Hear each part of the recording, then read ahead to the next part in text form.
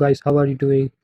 Today we'll be reacting to Piers Morgan versus Bassem Youssef on the death of Charlie Kirk and how the people on the left are reacting to it. Let's see what they both have to say.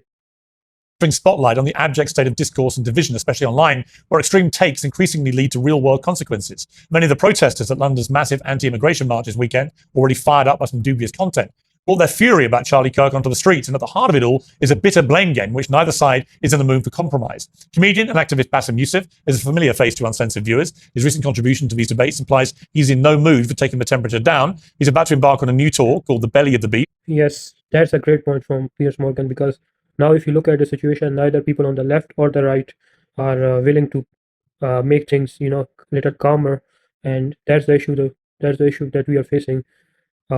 I think someone has to come and make sure that there's no violence that can, jeopardize the safety of the people of the country. So I think that's a very important thing he said there. And he joins me now. Bassem, great to see you again. Hello. What is your view of the Charlie Kirk assassination? Oh, assassination is bad. I mean, it's a very open question. And so if you're talking about the assassination, of course it's bad. But can you get more specific? What do you want me to say? Yeah, I mean, I guess the more specific one would be, I've been appalled. I didn't agree with everything Charlie Kirk stood for or said, but I respected the fact that he always went in to college campuses in particular and invited everyone who disagreed with him to come and debate with him. He was always happy to hear other people give. On that point, yes. I have also watched many of the Charlie Kirk's interviews and videos, if you will. And yes, he's right there. He always called the people for open debate and allow them to express their viewpoints. As he said, many of the viewpoints he doesn't agree with personally. And I think that what we should be focusing on is what he was trying to do rather than what his viewpoints are, because he wanted to bridge a gap between left and the right and to find a common ground. But unfortunately, what happened was someone on the left, some deranged person. I think he shouldn't have been radicalized by the left, but anyhow, someone on the left take matters into own hands, and we saw what happened after that. Their views and would challenge them, and they would challenge him. And I was appalled that the woke left, as I see it, as opposed to the old liberal left, in which I used to be a happy member, that the woke left seemed to be gleeful about his murder. And yeah, again, the people on the left, as I have experienced personally, they haven't been so, let's say, good or sympathetic to the death of Charlie Kirk. And unfortunately, I find some people celebrating his death, which is quite embarrassing, quite disgusting, to be honest with you. We shouldn't be celebrating anyone's death. It doesn't matter. It's our enemy death. It doesn't matter. It's the people on the left. There are people on the right or in the center. It doesn't matter. We should never be celebrating anyone's death, because it sends a very bad signal to the world that we are not a part of this society, because normal human beings don't behave in that way. Race to social media to celebrate it. We've seen rap stars do it. We've seen TikTokers do it. Influencers do it all over the world. Yeah, we see it across all sides of the spectrum. He's right here. Competing with each other to see who could be the most gleeful. We've seen teachers, doctors, university administrators, and so on. I'm at a complete loss to understand how any human being with any sense of humanity would want to be seen celebrating the murder of a 31-year-old man with his wife and 2 kids watching at the time for his opinions. I mean, it's terrible, of course. I mean, celebrate anybody that's, whether it's a 31 years old father or babies and children in Gaza every day, where we have seen the woke left and the right are celebrating the death of children every single day, and nothing happened to them. You see there. That's what I love about Bassem Youssef. He compared an analogy of Charlie Kirk to the people dying in Gaza every day, which is quite sad and sickening. The way he connects these two dots speaks volume of his character. I mean, first of all, when you say the woke left, who are these people? Are they like, who are the leaders? Bunch of pop stars and influencers and people with TikTok and does that represent? Well, I think it's more. Well, I would say it's more than that. I'd say there's a lot of people who I think have been part of what I call the woke ideology in the last few years, which has morphed from a very laudable thing originally, when in the 60s and 70s it started in American black music, and it was about promoting a raised awareness of social and racial injustice. I wrote a book about it. By that criteria, I'm happily woke. But what it's morphed into in recent years, driven, I think, by very tribal social media, is it's become a form of fascism, where people on the woke left are quite happy to want to shame and vilify and cancel and destroy people for having a different view to them, whether that view is about historic. Yes, on the point of woke, yes, many people on the woke, on the left, are not willing to take other people's opinion. Like, they are not open enough to understand what other people have to say. And I believe it also applies to right, but not to that extent as it applies to the left, because left people are more entitled to their viewpoints. They think that whatever they believe in it's set in stone and it cannot be changed. And I think that's really a cause of concern.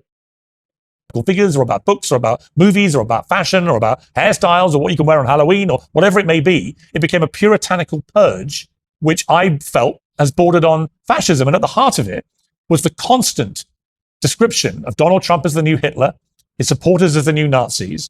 They're all a bunch of fascists. And eventually you have a young, deranged mind who apparently, according to investigators, is of a woke ideology, radicalized, who initialed on the bullets that this was an anti-fascism assassination, because he probably...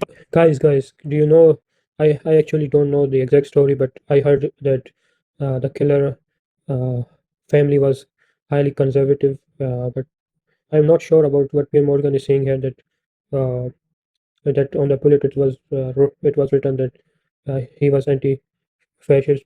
So I'm not sure. Can you tell in the comment, please, about this? I'm not sure about this. believe that Charlie Kirk was a fascist and a Nazi and everything else, because that's what his people had told him.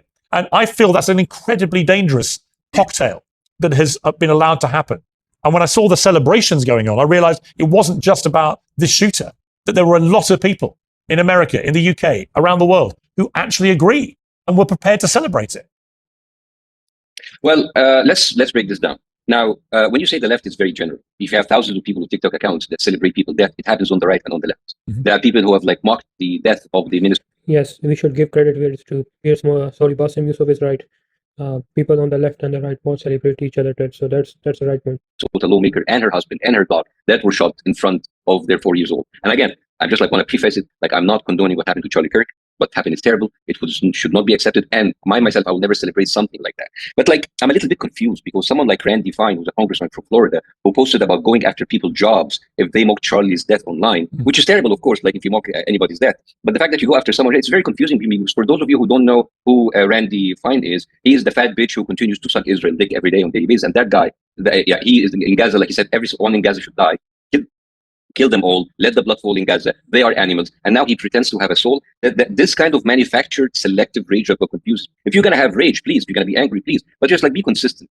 And we have people losing their jobs, their career. Yes, this level of hypocrisy that we see with people nowadays is quite commonplace. And it's very sad to see that such people exist in this world. Getting cancelled for being dismissive about Charlie, that again, terrible to do. But I don't get it, because I thought cancelling something is what the APPC left would do. I don't condone making insensitive remarks about a guy who was just murdered. We can discuss his ideas. We can praise or trash his ideas, because his ideas will live on forever. But if some people are insensitive or rude, well, he was a public figure. For many people, he was a controversial figure. If today Biden or Kamala Harris or Hillary Clinton died or got shot, I'm sure there's a lot of people that will celebrate their death. If I got shot today, I am sure there are millions of people around the globe who would revel in my death, and they will make content that we call insensitive. I'm sure that if you died, Piers Morgan, people will be celebrating. Yeah, so sure. So I don't understand. Yes, we can talk about it being insensitive, terrible. We can talk about it with a moral issue, but I don't understand the double standards of the West. Well, I do. Listen, I think on that, Bassem. Let me finish. Yes, he's right. It doesn't matter whatever you do in this world. You can be a person who has never cheated anyone, who has never lied, who has never robbed. Still, people will find something that they don't like and hate you. And when you die, there will be a bunch of people that will be celebrating. So he's right on that again. Because for years, we as Muslims and Arabs, we were lectured from the West about freedom of expression, freedom to offend. It's very important. Freedom to offend. Freedom to offend. But for years, people made fun of Muslims, Arabs, our religion, our culture, our babies and children being killed in Gaza every single day. And no one lost a single minute of sleep over it, which is very confusing to me, because the lines between what is legal, what is allowed, what is accepted, what is punishable, what is frowned upon, these are lines. That's a very, very brilliant point. There are many people in the world that are celebrating the death of children in Gaza. As we speak, there are children, women dying in Gaza, innocent civilians dying in Gaza, and there are many people who are celebrating it and calling them animals. So what goes around come around, I think. It seems crazy. So please, yes, go rage, be angry about it, but be consistent so people can believe you. I think you make a very good point. I've seen some of the hounding of certain people out of jobs in the last few days is clearly hypocritical, because unless you're actually condoning the murder and endorsing and supporting an act of criminal murder, if you're just criticizing Charlie Kirk for positions that he held, I think that's perfectly okay, right? I may not like. Yes, I think in a democracy we should be able to criticize anyone's idea that we don't agree with. I think it should be quite normal for America and the West to criticize each other ideologies, but to celebrate, I think someone that is quite disgusting, to be honest with you. So that's it, guys, for watching. Thank you. I just wanted to share this with you. Thank you so much for watching.